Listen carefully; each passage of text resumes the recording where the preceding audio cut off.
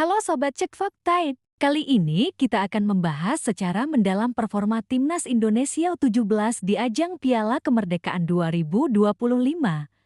Turnamen uji coba sebelum Piala Dunia U17 2025 di Qatar. Tim muda yang diasuh Nova Haryanto menunjukkan kualitas yang menjanjikan, meski menghadapi lawan-lawan tangguh dari berbagai negara. Dalam artikel ini, kita akan membahas hasil turnamen, analisis performa tim, masukan pengamat sepak bola Muhammad Kusnaini Bungkus, dan pelajaran penting untuk persiapan Piala Dunia U17 ke 2025. Piala Kemerdekaan 2025 menjadi ajang penting bagi Timnas U17 Indonesia untuk mengukur kemampuan menghadapi lawan kuat. Garuda Muda menyelesaikan turnamen dengan posisi kedua, kalah tipis dari Mali di laga terakhir dengan skor 1-2 di Stadion Utama Sumatera Utara, Deli Serdang, Senin 18 Agustus tahun 2025. Laga perdana Indonesia vs Tajikistan 2-2. Laga pembuka mempertemukan Indonesia dengan Tajikistan. Garuda Muda mampu unggul lebih dulu melalui gol Mirza Firjatullah, diikuti gol kedua dari Fadly Alberto. Namun, Tajikistan membalas dengan 2 gol balasan, membuat pertandingan berakhir imbang 2-2. Pertandingan ini menjadi pelajaran awal soal ketahanan mental dan konsistensi. Meski unggul, Garuda Muda belum mampu menjaga skor hingga akhir. Laga kedua Indonesia vs Uzbekistan 2-0. Pertandingan kedua menghadapi Uzbekistan menjadi bukti kedalaman skuad Indonesia. Pelatih Nova Haryanto melakukan rotasi sekitar 50% dari pemain awal. Keputusan berisiko ini ternyata membuahkan hasil. Gol Dimas Adi dan Al-Ghazani memastikan kemenangan 2-0. Rotasi ini menegaskan bahwa tim memiliki cadangan berkualitas yang bisa diandalkan ketika menghadapi turnamen panjang. Kedalaman skuad menjadi salah satu kekuatan tim muda Indonesia. Laga ketiga Indonesia vs Mali 1-2. Laga terakhir menghadapi Mali menjadi ujian tersulit. Mali terbukti sebagai tim paling produktif, mencetak 11 gol dalam 3 laga. Indonesia berjuang keras, namun hanya mampu membalas sekali melalui gol Fadly Alberto. Kekalahan tipis ini menunjukkan bahwa Garuda Muda masih kesulitan menghadapi tim dengan postur tinggi, serangan cepat, dan kualitas umpan silang yang baik.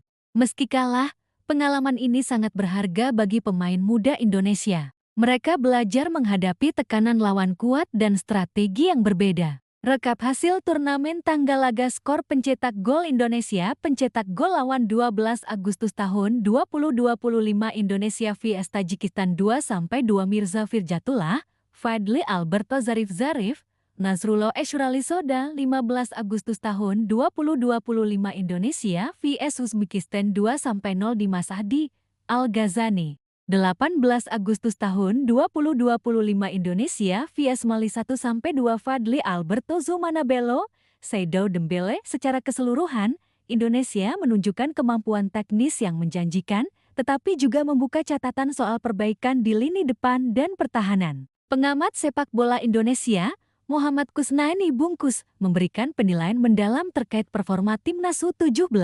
Ia memuji aksi Garuda Muda, namun juga mengidentifikasi beberapa kelemahan. Pertama, pujian untuk Timnas U17. Bungkus menilai bahwa tim tampil cukup baik dan konsisten, meski tidak berhasil menjuarai turnamen. Penampilan solid dan mental bertanding yang baik menjadi poin positif. Timnas Indonesia U17 sudah tampil cukup baik di ajang Piala Kemerdekaan. Meskipun tidak menjadi juara, penampilan mereka cukup bagus dan konsisten, kata Bungkus. Rotasi pemain yang efektif dan kemampuan menyesuaikan strategi lawan menjadi nilai tambah, terutama ketika menghadapi Uzbekistan dan menampilkan kemenangan 2-0. Kedua, kekurangan Timnas U17. Meski ada pujian, Bungkus menyoroti beberapa aspek yang perlu dibenahi. Kecepatan transisi. Tim perlu meningkatkan laju dan koordinasi saat beralih dari bertahan ke menyerang. Koordinasi pertahanan. Saat menghadapi serangan balik cepat, lini belakang belum optimal.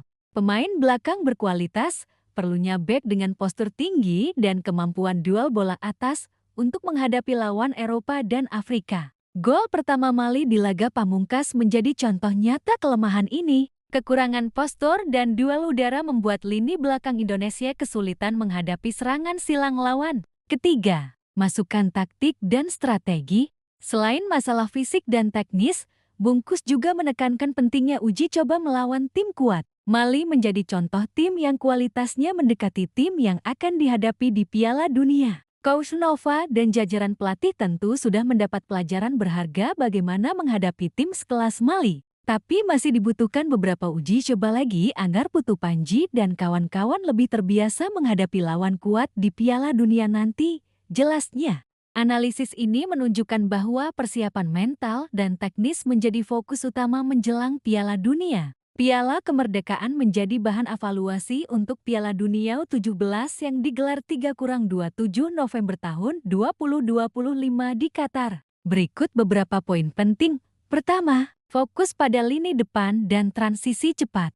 Kekurangan tim terlihat pada produktivitas gol dan kemampuan transisi. Tim masih perlu pemain yang bisa menjadi ancaman nyata di depan dan lini tengah yang mampu mendukung serangan cepat. Latihan penyelesaian akhir dan pengembangan insting striker menjadi fokus utama. Pemain seperti Fadly Alberto yang menjadi pencetak gol perlu diasah lebih lanjut untuk menjadi andalan tim. Kedua, penguatan lini belakang.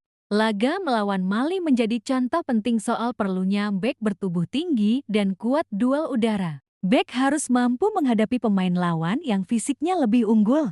Koordinasi antar lini belakang juga harus diperkuat agar transisi serangan balik lawan bisa ditekan. Ketiga, mental dan konsistensi. Pengalaman menghadapi lawan kuat seperti Mali mengajarkan pentingnya mental bertanding. Pemain harus menjaga fokus sepanjang pertandingan, menghadapi tekanan, dan mampu mengontrol tempo permainan. Keempat, uji coba tambahan selain evaluasi internal, Bungkus menekankan pentingnya laga uji coba melawan tim kuat lain. Ini akan memberikan pengalaman menghadapi variasi taktik dan gaya permainan berbeda, sehingga tim lebih siap menghadapi Piala Dunia. Kelima, target tim muda Indonesia dengan perbaikan lini depan, penguatan pertahanan, kedalaman skuad, dan persiapan mental, Timnas U17 Indonesia bisa tampil kompetitif. Target realistis adalah melaju lebih jauh dari turnamen internasional sebelumnya dan menunjukkan kualitas sepak bola Indonesia di level dunia.